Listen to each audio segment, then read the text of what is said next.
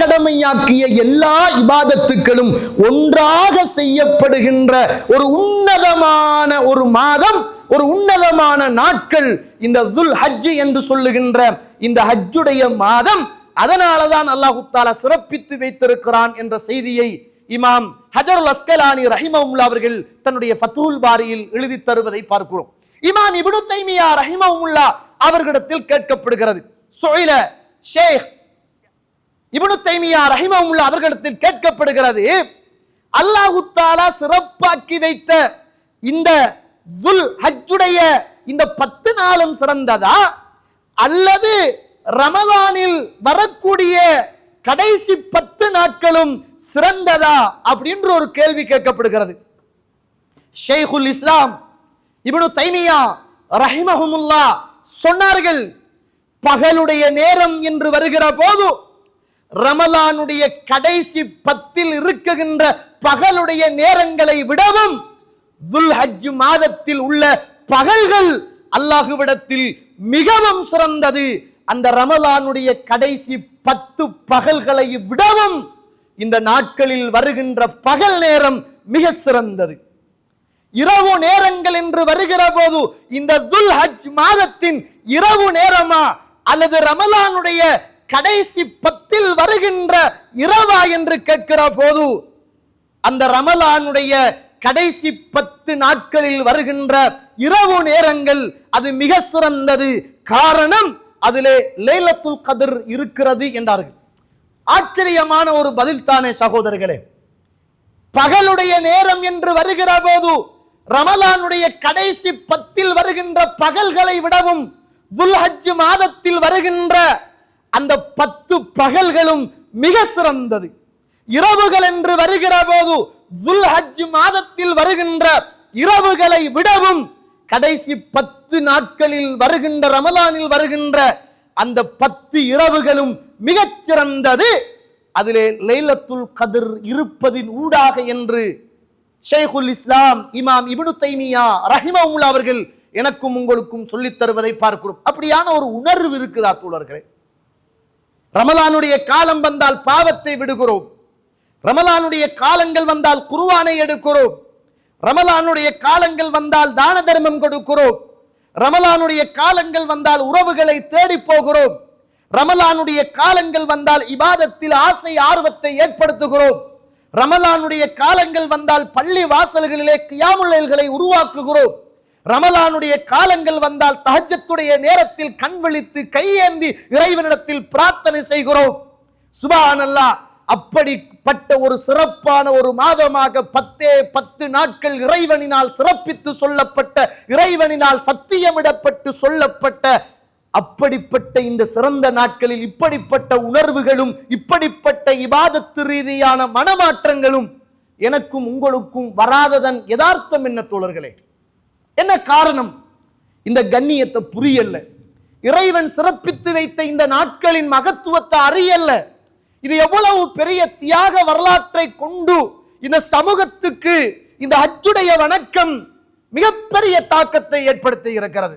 நீங்க குர்ஆன படிக்குகின்ற பழக்கம் இருந்தால் அல்லாஹ் தஆலா அல் குர்ஆன் சூரத்து நஹல் 16வது அத்தியாயம் 123வது வசனம் அல்லாஹ் தஆலா அல்லாஹ்வுடைய தூதருக்கு சொல்லுகிற போது சும்ம அவ்ஹைனா, நாம் அவருக்கு வகை அறிவித்தோம். என்ன அறிவித்தோம் தெரியுமா? இத்தபி மில்லத இப்ராஹிம், இப்ராஹிமுடைய மார்க்கத்தை நீங்கள் பின்பற்றுங்கள் அப்படி என்று நாம் வகை அறிவித்தோம் என்றான் அல்லாஹ் தஆலா. இத்தபி மில்லத இப்ராஹிம ஹனீஃபன், அந்த ஹனீஃப் என்று சொல்லுகின்ற ஹனீஃப்ண்டா யார்? ஹனீஃப்ண்டா யார்? ஹனீஃப் என்பது இறைவனுக்கு முழுக்க கட்டுப்பட்டு இணை வைக்காமல் இறைவனை மாத்திரம் நம்பி இந்த உலகத்தில் வாழுகின்ற ஒரு மனிதனுக்கு சொல்வதுதான் ஹனீஃப் என்பது. இந்த மாதத்தில் இந்த காலத்தில் பித்அத் செய்கின்ற, ஷிர்க் செய்கின்ற அந்த மனிதர்களில் இருந்து ஒரு தூய்மையான, ஒரு துப்புரவான மனிதராக இப்ராஹிம் அலைஹிஸ்ஸலாத்து வஸ்ஸலாம் அவருடைய மார்க்கத்தை நீங்கள் பின்பற்றுங்கள் அப்படி என்று அல்லாஹ் குர்ஆன்ல ரசூலுல்லாஹ்வுக்கு அறிவித்தல் கொடுக்கிறான். அல்லாஹு தஆலா அல் குர்ஆன் சூரத்து நிசா 4வது அத்தியாயம் 59வது வசனம் பாருங்கள். அத்தீஉல்லாஹ வ அத்தீஉர் ரசூல், நீங்கள் அல்லாஹ்வுக்கு கட்டுப்படுங்கள், இன்னும் அல்லாஹ்வுடைய தூதர் எதை மார்க்கமாக கொண்டு தருகிறாரோ அதை நீங்கள் பின்பற்றுங்கள்.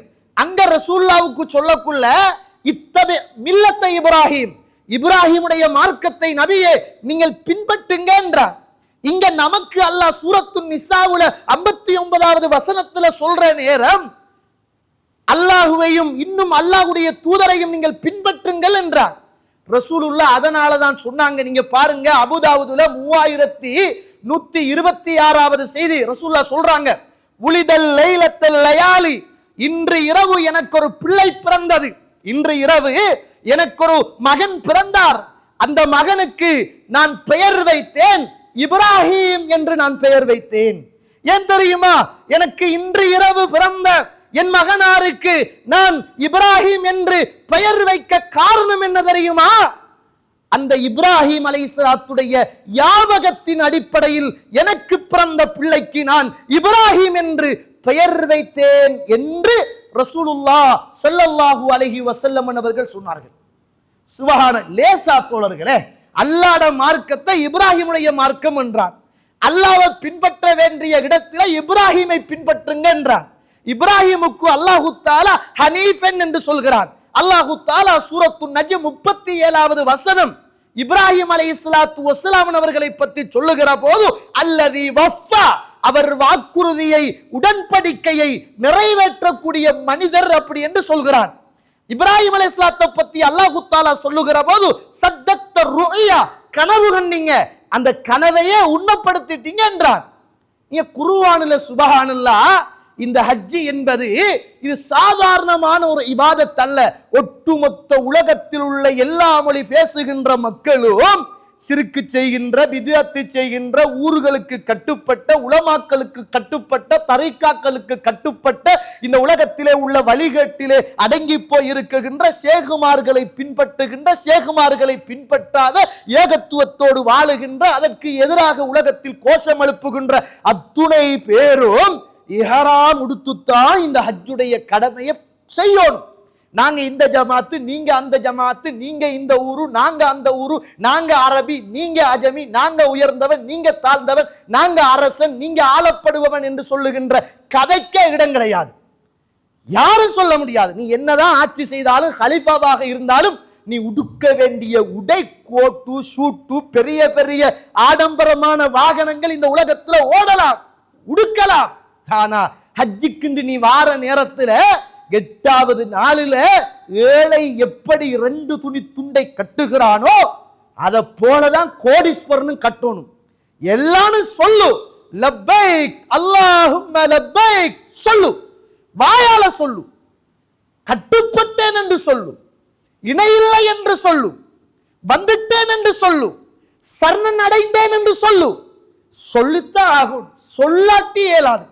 அதனாலதான் ரசூலுல்லாஹ் சொல்றாங்க, ரசூலுல்லாஹ்வுடைய காலத்துல ஒரு மனிதர் இஹ்ராத்துடைய உடுப்பை உடுத்துக்கொண்டு அரஃபாவுடைய மைதானத்துல நிற்கிறார். அரஃபாவுடைய மைதானத்துல நிற்கிறார்.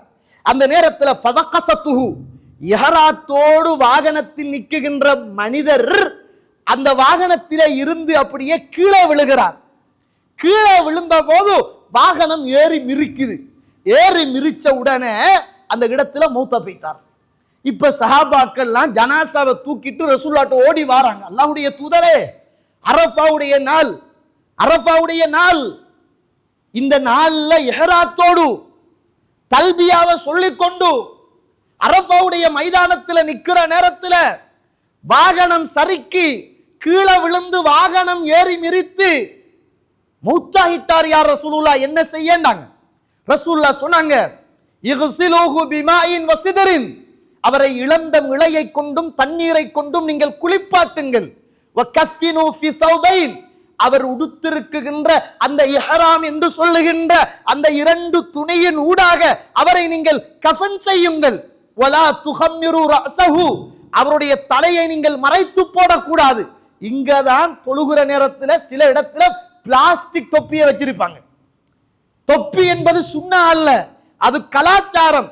சில பள்ளியில போட் அடிச்சு ஒட்டிக்கிறான், பெரிய எழுத்துல ஒட்டிக்கிறாங்க, தொப்பியை போட்டுட்டு தொழுங்க, இல்லாட்டி பின்சாப்புக்கு போங்க. ரசூலுல்லாஹ் சொல்லாததை மார்க்கமாக கடமையாக்கி அல்லாஹ்வுடைய மாளிகைக்குள் இந்த நிர்வாகம் போட்டு வச்சிருக்குது. தாடி இல்லாம இமாம் தொழுவிப்பாரு. ஒரு பிளாஸ்டிக் தாடி வச்சிருப்பானா? தாடி இல்லாம பொஸ் நிப்பாரு. பள்ளி தலைவர் இருப்பாரு, சிரட்டையை பார்க்கிற மாதிரிக்கு மூஞ்சில தாடி கிடையாது. ரசூலுல்லாஹ் சொன்ன வலியுறுத்தப்பட்ட சுன்னா, அந்த சுண்ணாவை இல்லாமல் தொழாதங்கட்டு போட்டு போடுறதுக்கு, எழுதுறதுக்கு, சுவரொட்டி அடிக்கிறதுக்கு எங்கட பள்ளிவாசலுக்கும் தைரியம் இல்லை. அப்படிப்பட்ட சுண்ணாவோடு வாழுகின்ற உறவுகளை கொண்டு வந்து வைத்து பள்ளி நிர்வாகத்தை கொடுப்பதற்கும் தயாரில்லை. ஆனா தொப்பி போடாட்டி பின்னுக்கு போ, தொப்பி போடாட்டி பிளாஸ்டிக் தொப்பி, தாடி இல்லாட்டி பிரச்சனை. அடே, வலியுறுத்தப்படாத ஒரு சுண்ணாவை, ஒரு கலாச்சாரத்தை சுண்ணா வலியுறுத்துறீங்க. வலியுறுத்தப்பட்ட இந்த தாடிய சுபஹானல்லாஹ் அது கணக்கு இல்லை, அதை ஒத்துங்கலம். பிளாஸ்டிக் தாடி வைங்கலம், வைக்க கூடாது. நான் தாடி பிளாஸ்டிக் வைக்கணும்னு சொல்லல, வலியுறுத்துகிறீங்களே. ரசூலுல்லாஹ் சொல்றாங்க, வலா துஹம்மிரு ரஅஸஹ், அவருடைய தலையை மறைக்காதங்க. வலா துஹன்னிதுஹு, இஹ்ராம் அணிஞ்சு நியத்து வச்சிட்டாருண்டா மனம் பூசக்கூடாது, மனம் பூசப்படாது. ரசூலுல்லாஹ் சொல்றாங்க, வலா துஹம்மிரு ரஅஸஹு, அவருடைய தலையை மறைக்கவும் வேண்டாம். வலா துஹன்னிதுஹு, அவருக்கு நீங்கள் வாசம் பூசவும் வேண்டாம். ஃபஇன்னஹு யுபஅஸு யௌமல் கியாமத்தி முலப்பியன், அல்லாஹ் தஆலா கபூர்ல இருந்து அவரை எழுப்புகிற நேரம் லப்பைக் அல்லாஹும்ம லப்பைக் லப்பைக் லா ஷரீக லக் என்ற அந்த ஏகத்துவ வார்த்தையோடு கபருக்குள் இருந்து எழுப்பப்படுவார். அதனாலதான் ரசூலுல்லாஹ் சொன்னாங்க, ஹஜ்ஜுக்கு கூலி என்ன தெரியுமா? சுவர்க்கம். யார் ஒருவன் ஹஜ்ஜை அல்லாஹ்வுடைய தூதர் சொன்ன அடிப்படையில் செய்து அவன் நாடு ஊடு திரும்புகிறானோ, அன்று பிறந்த பாலகனை போல எல்லா பாவங்களும் மன்னிக்கப்பட்ட உன்னத உயர்ந்த மனிதனாக அவன் திரும்பி வருகிறான் என்றாங்க. கண்ணியத்துக்குரிய இஸ்லாம், அது சாதாரண உடையும் அல்ல, அது சாதாரண